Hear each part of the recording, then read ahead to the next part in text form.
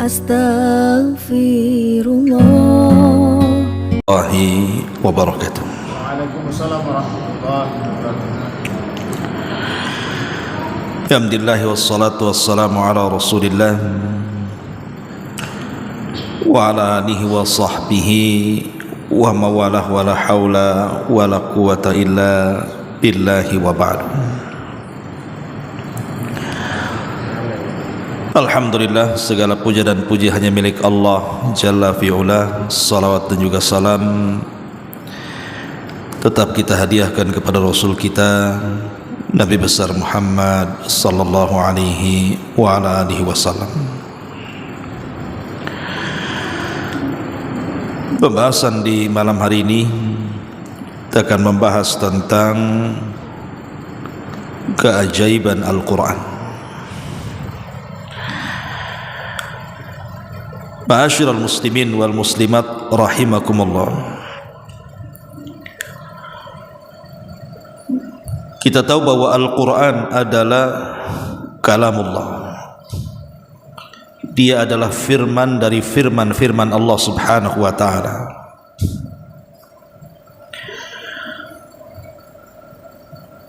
Artinya karena Al-Quran adalah firman Allah subhanahu wa ta'ala,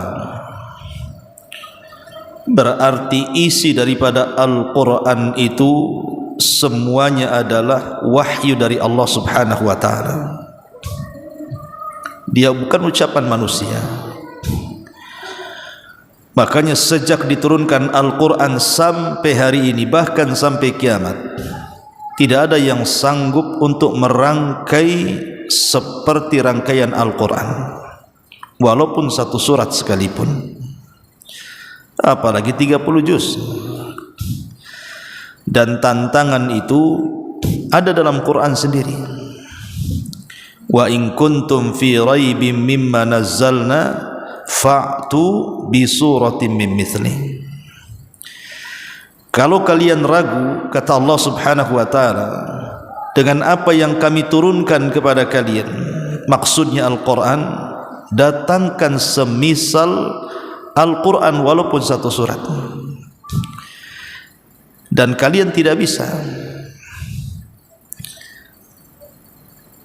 Padahal di zaman itu, di zaman turunnya Al-Quran itu, posisi orang Arab itu mereka sedang gandrung-gandrungnya dengan syair,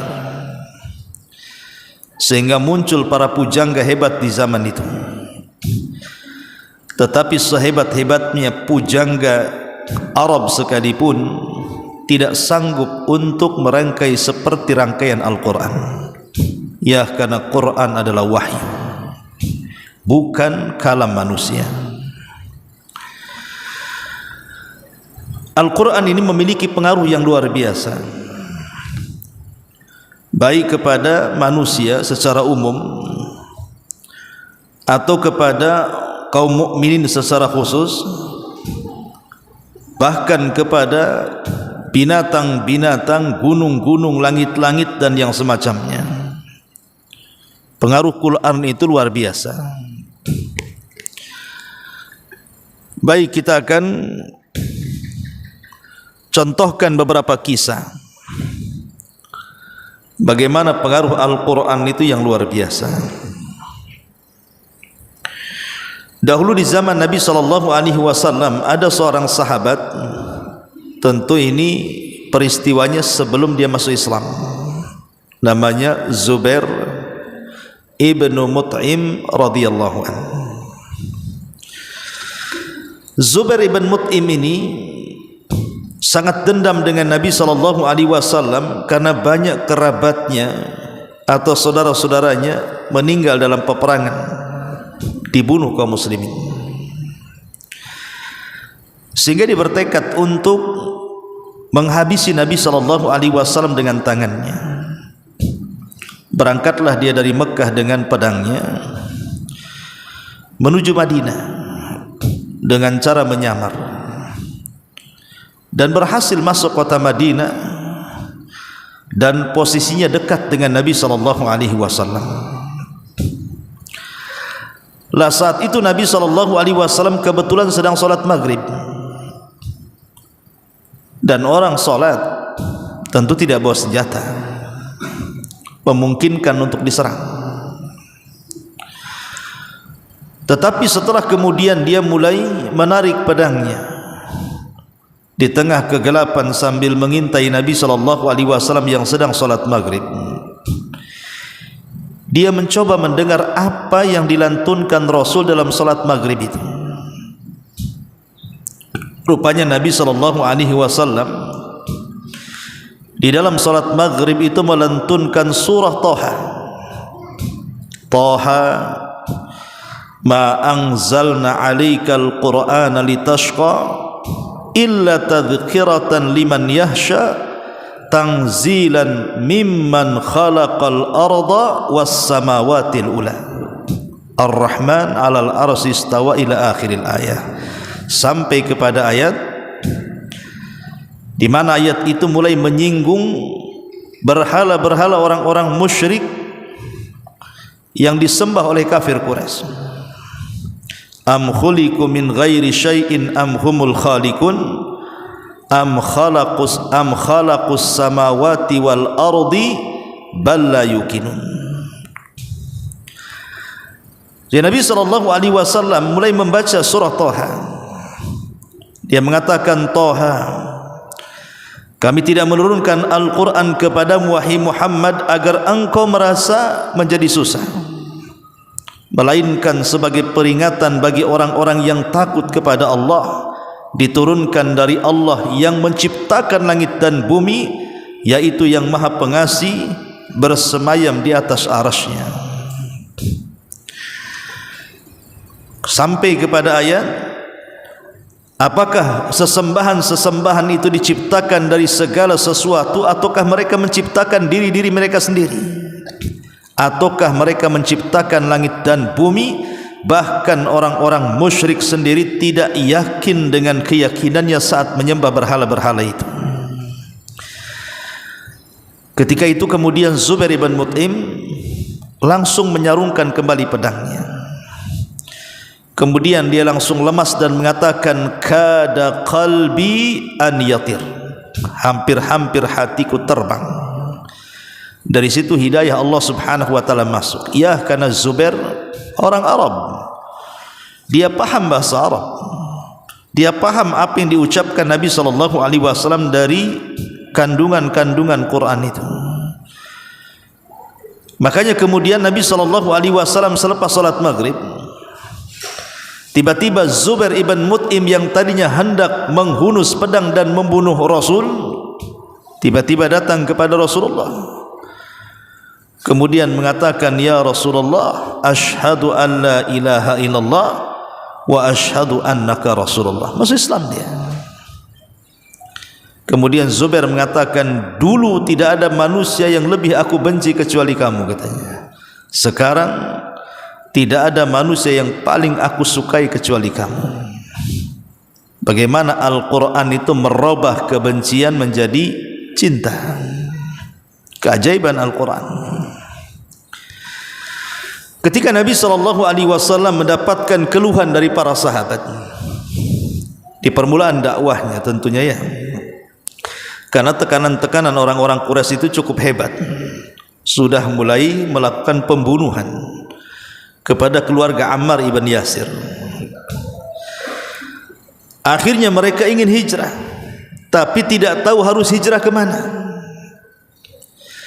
Maka Nabi SAW memerintahkan mereka, sebaiknya kalau kalian ingin hijrah, hijrah ke Habasyah. Karena di Habasyah itu ada raja yang sangat adil, yang tidak pernah menzalimi siapapun dari rakyatnya. Itulah Najasyi, atau namanya Ashamah ibn Afjur. Akhirnya kemudian banyak para sahabat satu-satu hijrah dari Mekah menuju Ethiopia atau Habasyah. Rupanya hijrah para sahabat ini kedengaran oleh para pembesar Quraisy.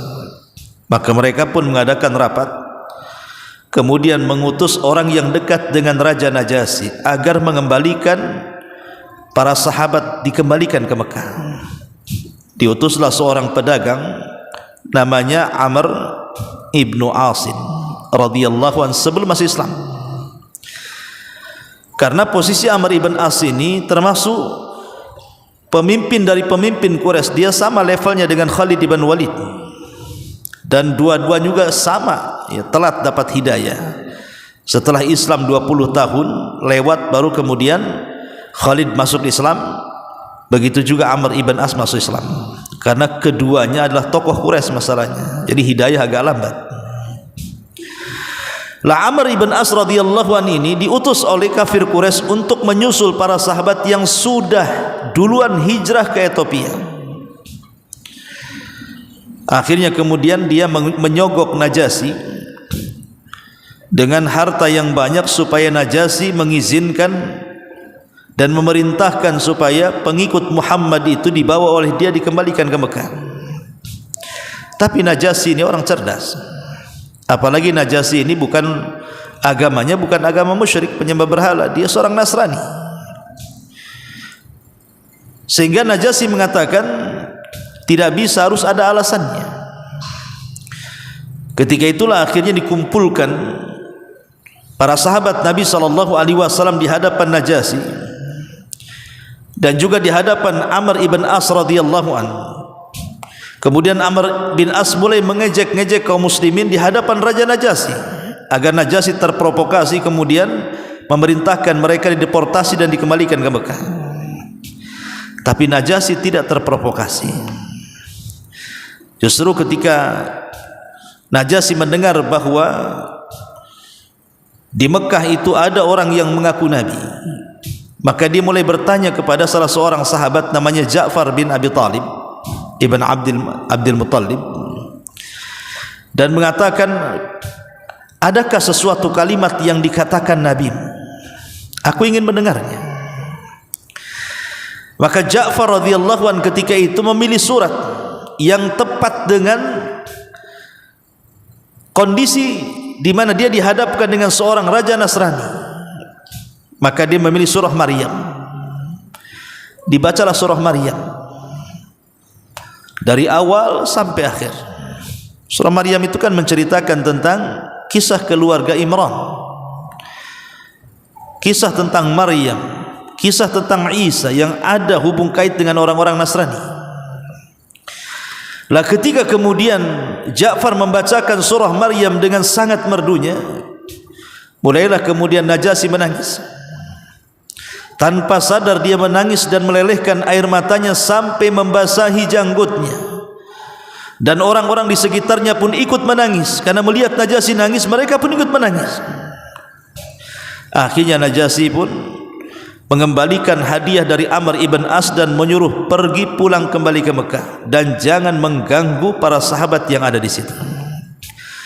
Karena dia mendengar surah Maryam dibacakan, dia mengatakan, demi Allah, kalimat itu bersumber dari miskat yang sama yang diturunkan kepada Isa bin Maryam. Makanya belakangan kemudian Najasyi pun masuk Islam tanpa diketahui oleh kaumnya. Satu-satunya raja yang masuk Islam di zaman itu Najasyi, itu raja Ethiopia.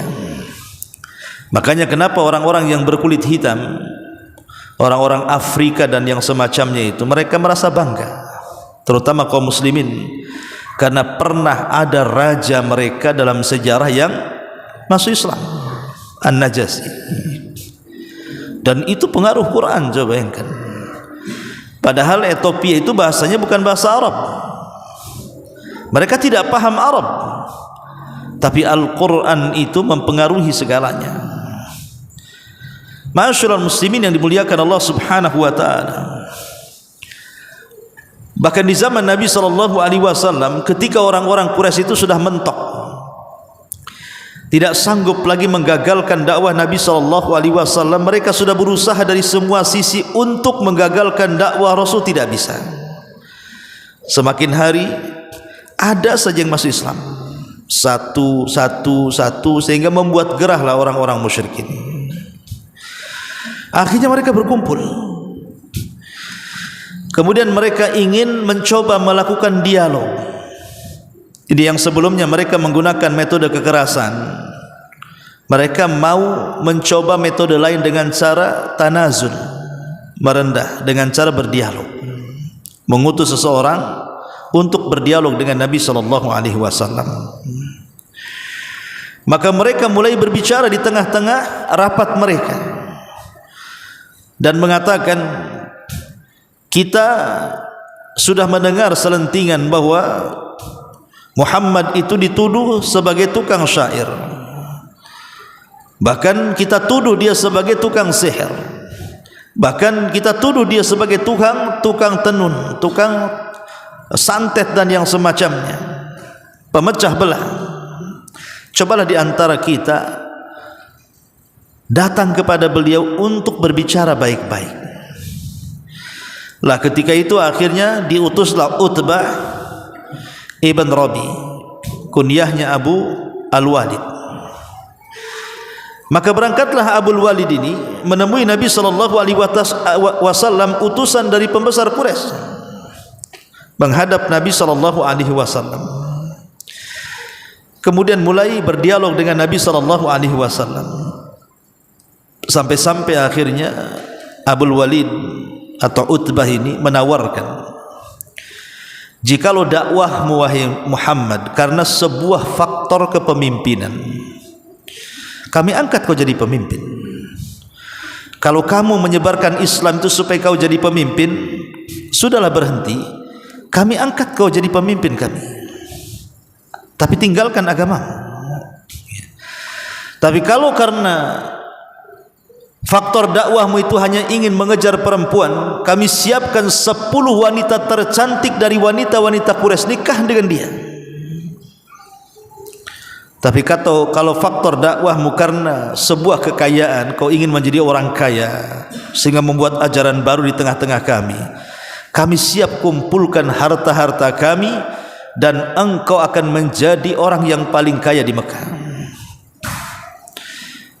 Tapi kalau engkau memang mungkin ada setan yang merasuk, atau mungkin ada akal yang bermasalah, gila dan yang semacamnya, kami carikan dokternya. Jadi orang-orang Quraisy itu masih menyangka saja bahwa dakwah Islam itu bukan dakwah hak. Jadi Nabi SAW menyebarkan Islam itu, sangkaan orang-orang Quraisy seolah-olah dia ingin menjadi pemimpin, dia ingin menjadi orang kaya, dia ingin populer dan terkenal, dia ingin menjadi orang yang bisa menikahi banyak wanita. Makanya kemudian Al-Walid mengatakan seperti itu, in kunta turidu malan jama'na min amwalina wa in kunta turidu nisaan jawazna bi ahsani fatati Quraisyin wa in kunta turidu malikan malaknak. Kalau engkau ingin harta kami beri, kalau engkau ingin wanita kami siapkan, kalau engkau ingin jadi raja kami angkat kau jadi raja. Kemudian Nabi SAW diam saja, dia tidak bicara kepada Abu Walid, ya. Sampai pada waktunya ketiga Utbah ini sudah lama bicara, sudah capek juga mungkin. Kata Rasulullah, hal faragta ya Abu Walid, sudah selesai kau bicara. Akhirnya kemudian Rasul mengatakan, bagaimana kalau aku yang bicara sekarang? Nabi SAW tidak menanggapi semua keinginan Utbah ini. Jadi pertanyaan Utbah ini tidak dijawab oleh Rasul. Tapi Nabi SAW langsung membacakan ayat Al-Quran. A'udzubillahi minasyaitonirrajim, bismillahirrahmanirrahim. Kemudian dia baca surah Thaha sampai kepada fa in a'radu anzartukum sa'iqatan mithla sa'iqati 'adin wa thamud. Kalau mereka berpaling ya Abul Walid, maka mereka akan dikirim halilintar yang pernah membinasakan kaum Ad dan kaum Thamud. Ya. Kenapa Nabi SAW memilih ayat ini mengingatkan tentang kaum Ad dan kaum Thamud? Karena dua kaum ini pernah ada di zaman Arab kuno. Kita tahu bahwa Nabi Arab itu ada berapa? Ada 4. Pertama Nabi Hud, yang kedua Nabi Saleh, yang ketiga Nabi Syuaib, yang keempat Nabi kita Muhammad SAW. Itu disebut Nabi Arab namanya. Yang lainnya Nabi-Nabi Bani Israel. Adapun Nabi Hud dikirim kepada kaum Ad. Adapun Nabi Saleh dikirim kepada kaum Tsamud. Adapun Nabi Syuaib dikirim kepada Madian. Adapun Nabi kita Muhammad SAW dikirim kepada seluruh umat manusia dan jinnya. Jadi Nabi SAW mengingatkan tentang kaum Hud dan kaum Saleh, Ad dan Tsamud. Kalau mereka berpaling, maka akan turun azab kepada mereka seperti Allah turunkan azab kepada pendahulu-pendahulu kita kaum Ad dan Tsamud. Mau katanya. Tiba-tiba Utbah ini gemetar, kemudian menutup dalam riwayat disebutkan dalam kitab Dalailun Nubuwah itu, sampai karena ketakutannya Abul Walid atau Utbah ini sampai menutup lisan Rasul, membekap seperti ini. Sudah, hasbuka ya Muhammad, cukup, saking ketakutannya. Ya. Kemudian setelah itu dia pergi. Setelah pergi dia kumpulkan para pembesar. Para pembesar Quraisy heran dan mengatakan, ya Aba Walid, muka pulangmu tidak seperti muka pergimu, katanya. Muka perginya kayak yakin dia akan bisa merayu Nabi, tapi pulangnya lunglai seolah-olah kalah perang. Kemudian dia mengatakan, demi Allah, kata Abul Walid ini, aku sudah berdialog dengan Muhammad. Kalau kalian katakan dia perangkai syair, ucapannya bukan syair, dia lebih di atas syair. Kalau kalian katakan dia kahin, dukun, tidak ada dukun yang seperti itu mantra-mantranya. Pokoknya kemudian tiba-tiba dia membela Nabi SAW. Coba bayangkan, itulah pengaruh Al-Quranul Karim, bisa membolak-balik hati manusia yang tadinya datang semangat akan merayu Nabi SAW supaya menghentikan dakwahnya, pulang pula kayak kalah judi kan, gitu, kalah telak gitu. Tidak bisa apa-apa. Itulah pengaruh Quran, ikhwan. Ma'asyiral muslimin yang dimuliakan Allah Azza wa Jalla. Bahkan lebih daripada itu, saat Nabi SAW pulang dari Taif, 10 hari di Taif. Bayangkan Taif, dari Mekah ke Taif itu jauhnya 60 mil. Jalan kaki Nabi SAW 60 mil. Jauh 60 mil itu, ikhwan. Jalan kaki bersama Zaid ibn Harithah. Dia mencoba peruntukannya berdakwah di kota Taif, karena Mekah sudah tidak bisa didakwahi. Berangkat dia ke Taif, 10 hari dia di Taif. Dia masuk dari kabilah 1 ke kabilah 2, dari kabilah 2 ke kabilah 3, dan begitu hampir semua kabilah di Taif didatangi Rasul, meminta agar mereka mau melindungi Nabi dan mau bekerja sama dalam menyebarkan dakwah Nabi. Tapi tidak ada satupun kabilah yang membela Nabi. Justru mereka menyakiti Rasul dengan melempari batu. Terpaksalah Rasul harus lari 3 mil, bayangkan. Dikejar. Mau balik ke Mekah tidak bisa karena diancam dibunuh. Akhirnya kemudian sembunyi di bukit, sembunyi di hutan kurma, di kebun kurmanya milik Utbah ibn Rabi'ah. Lah kemudian Nabi SAW beberapa hari tinggal di dalam kebun kurma itu, sampai satu hari ketika Nabi SAW sedang sholat subuh, sholat fajar, rupanya ada dari kalangan jin Nasibah. Nasibah itu jin berasal dari kabilah Nasibah Yaman. Ada sekitar 7 atau 8 jin itu nyasar ke tempat situ. Tiba-tiba kemudian segerombolan jin ini, sekelompok jin ini mendengar Nabi SAW sedang membaca Al-Quran pada sholat subuh, sholat fajar.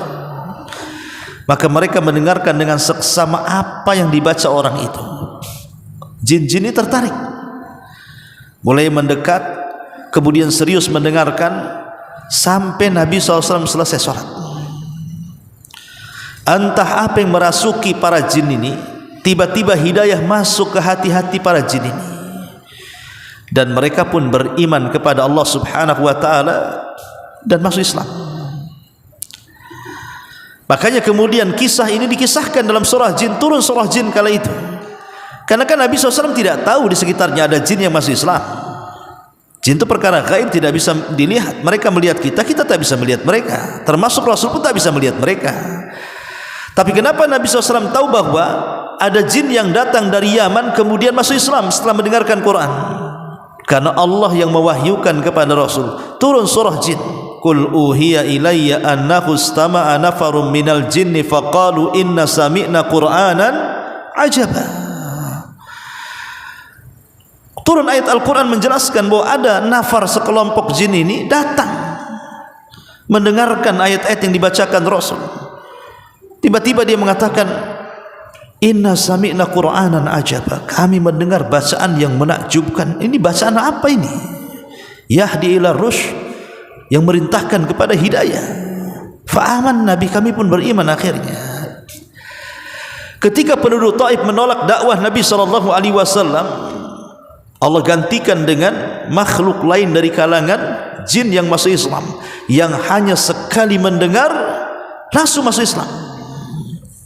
Itulah para sahabat dari kalangan jin yang pertama yang masuk Islam, jin-jin nasibah ini. Dari jin-jin inilah kemudian mereka pulang ke Yaman mendakwahkan Islam, ribuan jin masuk Islam. Sampai disebutkan dalam beberapa riwayat Rasul sudah 4 kali mendakwai mereka itu. Ya tentu Rasul tidak tahu, Jibril yang memberitahu bahwa jin-jin itu sudah menunggu di tanah lapang. Oh, datang kepada mereka, berdakwalah kepada mereka. Seperti diriwayatkan oleh Aisyah radhiyallahu anha, ketika Rasul hilang di sisinya pada giliran malamnya, rupanya Rasul keluar kemudian sedang berceramah.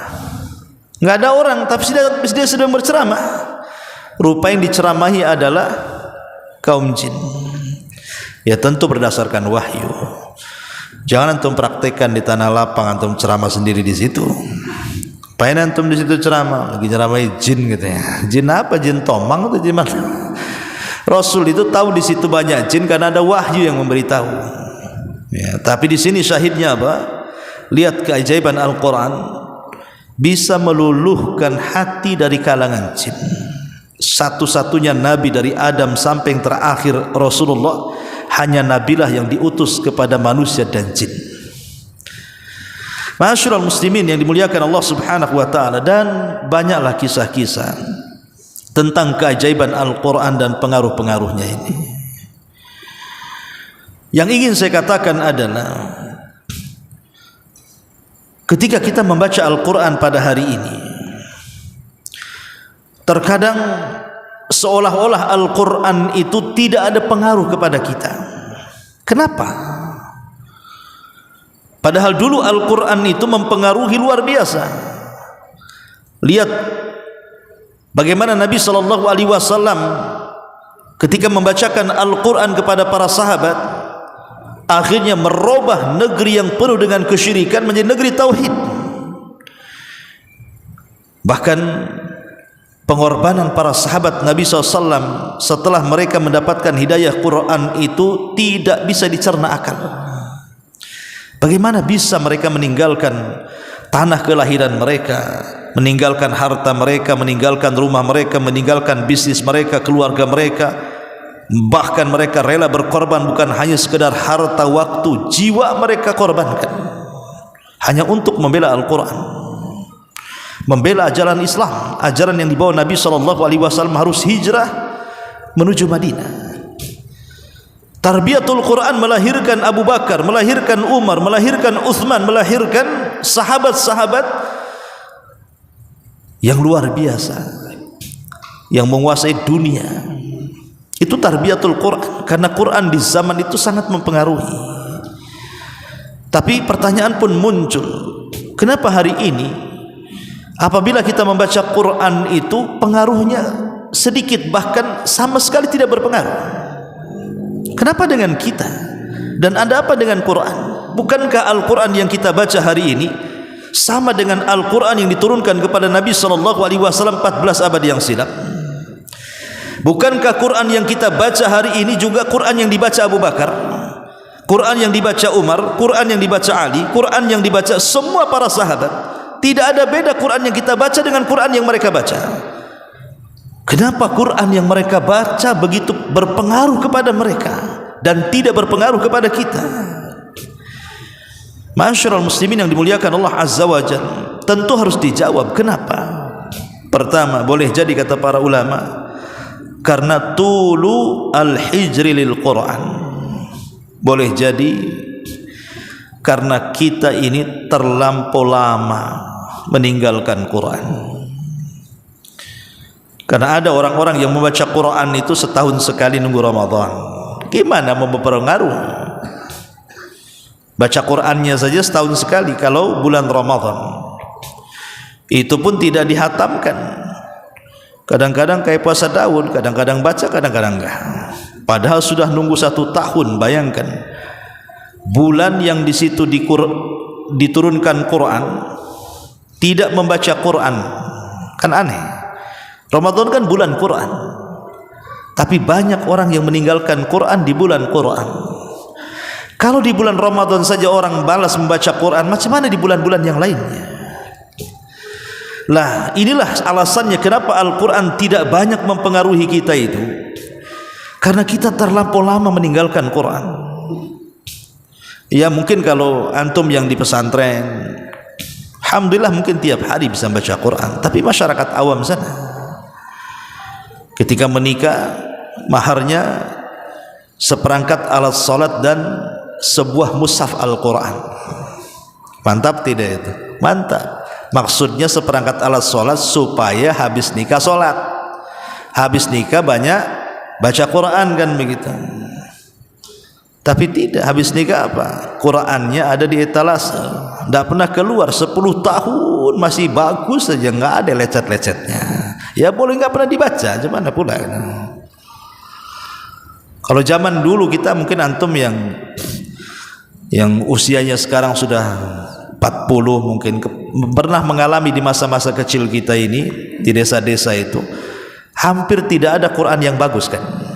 Mesti ada yang lecet Quran itu, hilang halamannya, robek separoh, hilang covernya, hilang, bingung kadang-kadang. Yang di sini hilang depannya, yang di situ hilang belakangnya, yang satu hilang tengahnya, kan begitu. Itu zaman dulu kan, sampai dikumpulkan dibakar gitu kan, supaya jangan keinjak gitu. Karena mungkin di zaman itu memang orang rajin membaca Quran, kan itu. Sekarang hampir saya tidak mendapati ada Quran robek di masjid-masjid itu, karena di etalase, celakanya pula dikunci pula etalasenya. Mau baca pula susah, dikunci, gimana pula tuh? Nunggu sholat baru dibuka. Karena kita khawatir jangan-jangan lama-lama bukan kotak infak saja yang hilang, lama-lama mushaf lah hilang dijual. Kan sekarang ini kan aneh orang-orang itu. Jadi intinya ma'asyiral muslimin yang dimuliakan Allah Azza wa Jal, kenapa Al-Quran tidak berpengaruh kepada kita? Karena tulu al-hijri lil Quran. Boleh jadi karena terlampau lama kita ini meninggalkan Quran. Al-Imam Ibnul Qayyim rahimahullahu ta'ala dalam kitabnya Al-Fawaid menyebutkan tentang makna hijrul Quran. Meninggalkan Quran itu apa? Pertama beliau mengatakan hijru samaihi wal iman bihi wal isgha'u ilaihi. Maksudnya meninggalkan Quran itu, hijrul Quran itu maksudnya adalah hijru samaihi, meninggalkan untuk mendengar Al-Quran. Mulai jarang kita dengar Quran, bahkan justru kebalikannya, musuh daripada Al-Quran yang didengar musik-musik, itu pula yang didengar. Nyanyian-nyanyian, lagu-laguan, instrumen-instrumen, kan gitu. Itu pula yang kemudian lebih banyak didengar dibandingkan Al-Quran. Itu yang menjadikan keras hati. Padahal musik dengan Al-Quran itu sesuatu yang tidak bisa digabungkan. Itu barat timur, ikhwan. Orang kalau cinta musik pasti benci Quran. Tapi kalau orang cinta Quran, dia akan benci musik. Tidak mungkin dalam satu waktu antum dengar Quran dan dengar musik. Makanya kita lihat orang-orang yang dulunya pencinta Al-Quran, mendengar Al-Quran, kemudian dia futur suka dengan musik, maka dia akan jenuh mendengar Quran. Mungkin boleh jadi mendengar Quran itu seayat 2 ayat udah selesai. Tapi kalau dia mendengar lagu bisa berjam-jam dia. Bahkan yang lebih hebat, pengaruh lagu setan ini bisa pula menggetarkan hatinya. meneteskan air matanya. Kenapa sedih anda ini ketika mendengar lagu? Aduh, itu mengenang saat-saat percintaan saya dulu katanya. Ingatkan, nostalgia dengan lagu itu. Loh, kok bisa mendengarkan Quran tidak bisa meneteskan air mata, mendengarkan lagu kok bisa? Bisa pula dia meneteskan air mata. Dulu saya masih kecil itu, orang-orang dulu, anak-anak remaja di atas saya itu mereka suka mendengar instrumen namanya instrumen kitaro. Ada dulu itu instrumen kitaro tuh.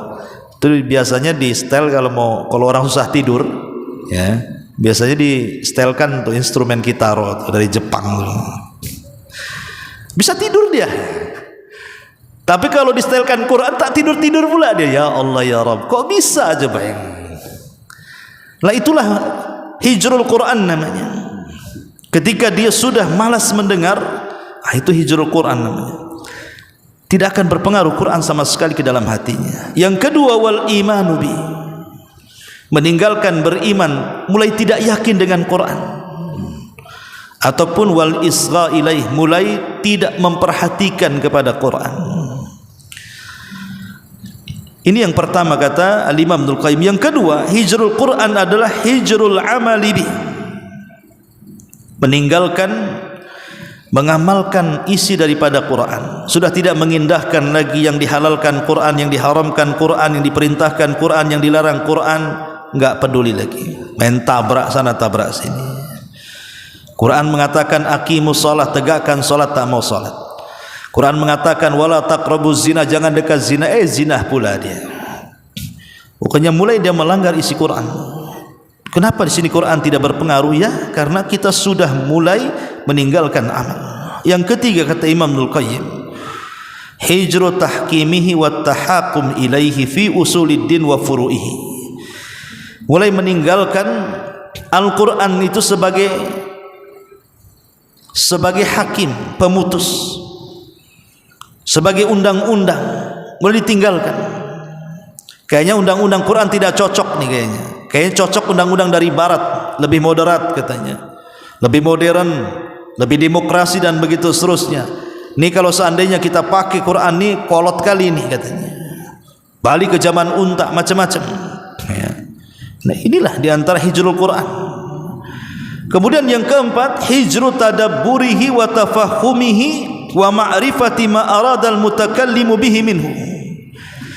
Mulai tidak senang untuk tadabbur, memikirkan, memahami, merenungkan, mempelajari tafsirnya, malas. Dan yang terakhir kata Imam Ibnul Qayyim, hijrul al-istishfa'i wat tadawi bihi. Mulai meninggalkan Al-Quran ini tidak lagi dijadikan obat. Tidak yakin dengan Quran kalau Quran itu obat. Dia lebih yakin kepada selain daripada Al-Quran. Padahal Quran itu bukan hanya obat ruhani saja, jasmani juga bisa diobati dengan Quran sebenarnya. Ketika kemudian Al-Quran sudah mulai ditinggalkan dari segi 5 perkara ini, kata Imam Ibnul Qayyim, inilah yang disebut dengan hijrul Quran. Hijrul Quran ini penyebab utama kenapa Al-Quran tidak berpengaruh dalam kehidupan kita. Ini yang pertama, hijrul Al-Quran. Yang kedua kata para ulama, kenapa Al-Quran itu tidak lagi berpengaruh dalam kehidupan kita? Maradul qalbi wa kiswatuhu wa qaswatuhu. Maradul qalbi wa qaswatuhu, sakit hatinya, keras hatinya.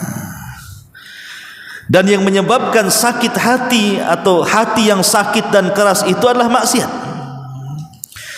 Karena terlampau banyak maksiat yang kita lakukan. Bukankah Rasul yang mengatakan apabila kita melakukan satu maksiat, Allah letakkan satu titik hitam di hatinya. 2 kali maksiat, 2 kali titik hitam. 100 maksiat, 100 titik hitam.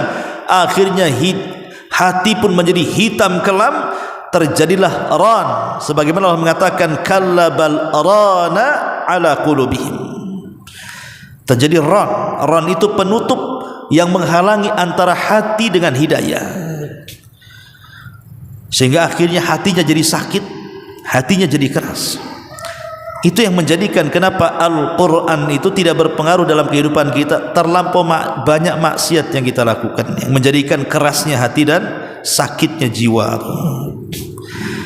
Kemudian yang ketiga, kenapa Quran tidak berpengaruh juga adalah al-ghaflatu wal insyighalu bil mulhiyati, lalai dan tersibukkan dengan perkara-perkara yang tidak ada faedahnya, perkara main-main.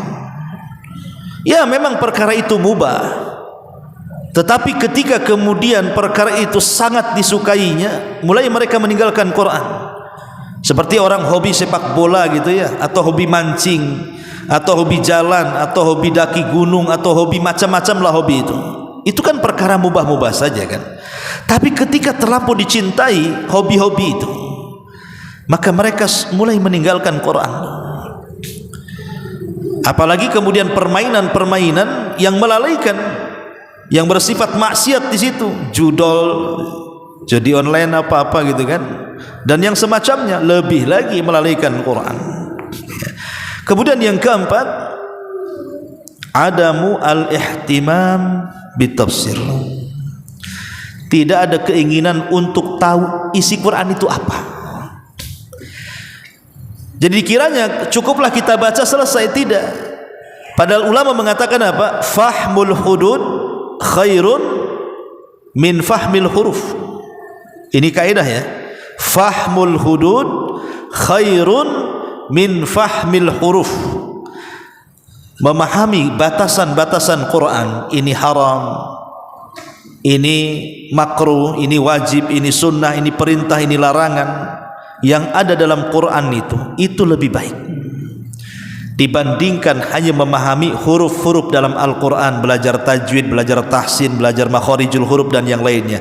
Kita tidak mengingkari belajar tajwid, belajar tahsin itu baik, sangat baik, karena setiap satu huruf dalam Quran itu 10 kebaikan kalau kita baca.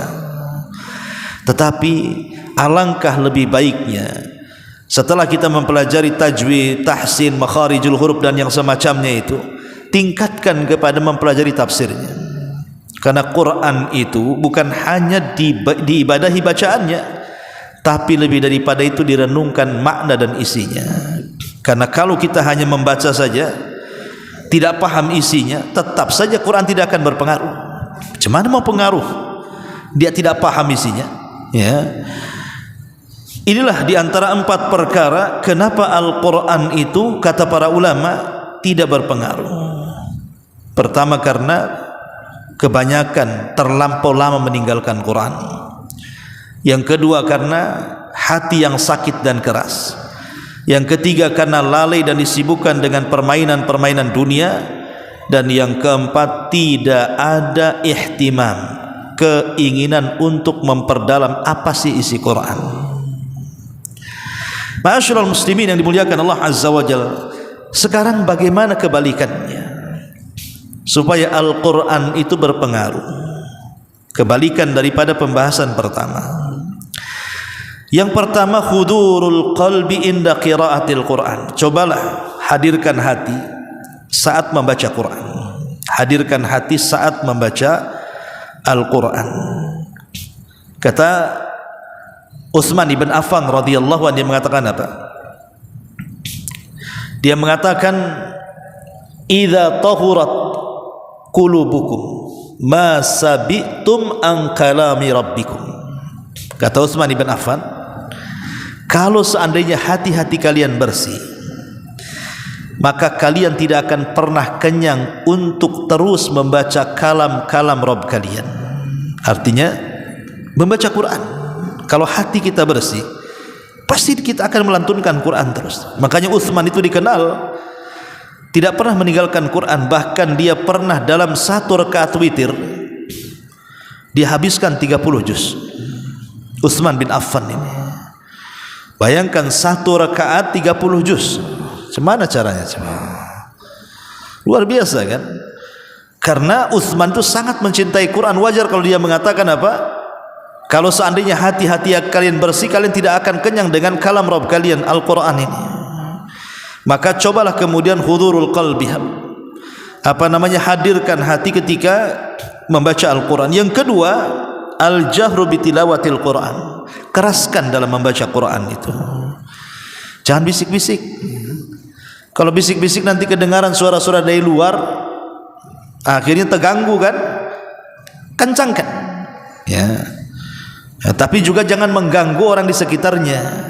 Jangan pula ada orang sholat sunnah di sampingnya, antum pula baca Quran kencang-kencang, yang sholat pusing tuh, bingung yang sholat mau baca apa ini. Akhirnya apa? Kebaca pula ayat yang dibaca sebelah itu, tertukar-tukar akhirnya ayatnya, kan ganggu orang, tak boleh ya. Kemudian yang ketiga, istisyarul muslim bi annahu mukhatab bi kulli ayat. Tanamkan perasaan bahwa ayat yang dibaca itu, ayat itu tertuju kepada dirinya. Kalau kita kemudian membaca ya ayyuhalladzina amanu, apa kata Abdullah bin Mas'ud radhiyallahu an, tidaklah Allah memanggil dengan kata-kata amanu, wahai orang-orang yang beriman, kecuali pasti setelahnya Allah akan memerintahkan perkara besar atau melarang perkara yang membahayakan. Coba merasa terkhitab dengan ayat yang kita baca. Ya masalahnya repot karena kita tidak paham sih artinya, apalagi tafsirnya. Ya biasa aja, nyelonong saja akhirnya ya. Kemudian yang keempat, al-hirsu ala tadabburi ayati wal ma'rifati ma'ani. Punya semangat untuk tadabbur, minimalnya baca terjemahan dulu lah, kalaupun tidak tafsirnya. Apalagi alhamdulillah sekarang kan banyak tafsir-tafsir itu sudah diterjemahkan ke bahasa Indonesia, kayak tafsir Ibnu Katsir, baik yang versi lengkap atau yang versi mukhtasar gitu ya, yang singkat, itu sudah diterjemahkan alhamdulillah. Tinggal beli, kita baca saja ya. Kemudian juga yang kelima, istikhraju al-mawaid wal ibar min qasasil Qur'ani wa amthali. Cobalah kemudian ketika kita membaca kisah-kisah yang tercantum dalam Al-Quran itu, renungkan, resapi. Sampai ada seorang syekh bercerita, jadi ada seorang syekh itu sedang mengkisahkan tentang kisah Nabi Yusuf di hadapan jamaahnya. Kebetulan di antara jamaah yang hadir itu, yang hudur, yang hadir di situ itu membawa anak-anak, adalah 2-3 anaknya dibawa dan hadir di majelis ta'lim. Jadi saat saya ini menceritakan tentang kisah Nabi Yusuf yang dicemplungkan ke sumur oleh 10 saudaranya itu, tiba-tiba anak kecil itu nangis. Tidak ada satupun orang tua yang nangis, anak kecil pula itu yang nangis katanya. Dan merasa kasihan kali katanya Nabi Yusuf sampai masuk sumur katanya. Karena orang Arab kan paham bahasa Arab kan itu ya. Kayak saya ngomong bahasa Indonesia antum paham. Loh kok bisa anak yang nangis orang tuanya tak nangis pula tuh? Karena anak itu kan masih fitrah, dia bisa merasakan kan itu. Kisah itu dikisahkan, dia pula yang menangis, kasihan Nabi Yusuf masuk sumur katanya. Subhanallah ikhwan ya. Ma'asyiral muslimin yang dimuliakan Allah Azza wa Jalla, ambil ibrah, pelajaran dari kisah-kisah yang ada dalam Quran. Kemudian yang keenam, adamul insyighal fin syighali bil iqamati lil huruf. Jangan membaca Quran itu di tengah-tengah kesibukan di atas kesibukan. Antum ada masalah di luar, selesaikan dulu. Jangan ketika Quran antum masalah ditumpuk masalah, sambil baca Quran nanti entar ambil handphone ya. Wow, ada masalah, akhirnya hatinya keras, tutup Quran, selesai kan gitu ya. Ya kalau itu gimana orang punya masalah? Kalau ada masalah selesaikan masalahnya. Kalau ingin baca Quran jangan ada masalah di atas masalah, fokus baca Quran, ya baca Quran saja. Antum umpamanya saya ingin baca Quran 20 menit, ya sudah 20 menit, jangan ada yang ganggu, matikan handphone, duduk baca Quran, maka insya Allah itu akan berpengaruh ya. Kemudian juga al-hirsu ala qiyamil laili bil Quran. Kata para ulama, al-hirsu, berikan semangat untuk cobalah Quran itu praktekan bacaannya dalam qiyamul lail. Karena qiyamul lail itu kan asyaddu wat'an wa aqwa mukila, dalam surah Muzammil, asyaddu wat'an wa aqwa mukila, lebih berasa. Bacaan Quran di tengah malam itu lebih berasa ke dalam hati, lebih meresapi jiwa ya. Kemudian yang keenam, adamul insyighal fin syighali bil iqamati lil huruf. Jangan membaca Quran itu di tengah-tengah kesibukan di atas kesibukan. Ketika antum membaca Quran itu di tengah-tengah kesibukan, antum ada masalah di luar, selesaikan dulu. Jangan ketika Quran antum masalah sambil baca Quran nanti entar ambil handphone ya. Kalau itu gimana orang punya masalah? Kalau ada masalah di atas masalah, fokus baca Quran, ya baca Quran saja. Kemudian yang terakhir juga berdoalah kepada Allah Azza wa Jal agar kita bisa mengambil manfaat dari Quran. Ya muqallibal qulub tsabbit qalbi ala ta'atik. Dan tidak bisa diperpanjang juga karena waktu. Yang pembahasan terakhir kita baca secara singkat saja, thamratu ta'athur bil Quran. Apa buahnya? Buah daripada pengaruh Quran itu apa? Pertama, ziyadatul iman. Kalau orang bisa mengambil manfaat dari Quran itu pasti tambah imannya. Yang kedua, salahul qulub. Kalau orang bisa mengambil manfaat dari Quran itu pasti bersih hatinya. Yang ketiga, al-iqbalu ala ta'atillah. Orang kalau bisa mengambil manfaat dari Al-Quran, maka dia lebih bisa lagi untuk memperbanyak ketaatan kepada Allah. Yang keempat, ziyadatu khasyatillah. Orang yang mampu mengambil manfaat dari Al-Quran, maka akan bertambah rasa takutnya kepada Allah Subhanahu wa ta'ala. Innama yakhshallah min ibadihil ulama. Yang kelima, tahdzibus suluk wal akhlak. Orang yang bisa mengambil Al-Quran itu sebagai hidup untuk kehidupannya, mengambil manfaat dari Quran sebagai memperbaiki kehidupannya, pasti dia akan baik akhlaknya. Kalau bukan karena Quran, tentu Rasul tidak akan dipuji akhlaknya. Ingat ya, kalau bukan karena Quran, maka Allah tidak akan pernah memuji akhlak Nabi. Ketika Allah mengatakan wa innaka la'ala khuluqin azim, tidak ada nabi satupun yang dipuji oleh Allah dengan mengatakan wa innaka la'ala khuluqin azim. Wahai Muhammad, engkau di atas akhlak yang paling agung. Tidak ada satupun nabi kecuali Nabi. Tapi ingat bahwa kalau bukan karena Quran, Rasul tidak akan pernah dipuji oleh Allah seperti itu. Kenapa? Karena akhlak Rasul itu Quran. Aisyah radhiyallahu anha ditanya tentang akhlak Rasul. Apa kata Aisyah? Kana khuluquhul Quran. Akhlaknya Rasul itu Al-Quran. Artinya kalau tidak ada Quran, maka Rasul tidak akan punya akhlak, itu maksudnya. Karena itulah akhlak yang berjalan. Ya. Ma'asyiral muslimin yang dimuliakan Allah Azza wa Jalla. Inilah diantara buah daripada orang-orang yang mampu mengambil manfaat daripada Al-Quranul Karim. Wallahu a'lam bishawab. Mudah-mudahan ada manfaatnya. Subhanakallah bihamdika, asyhadu an la ilaha illa anta astaghfiruka wa atubu ilaik. Allahu ta'ala alam. Assalamualaikum warahmatullahi wabarakatuh.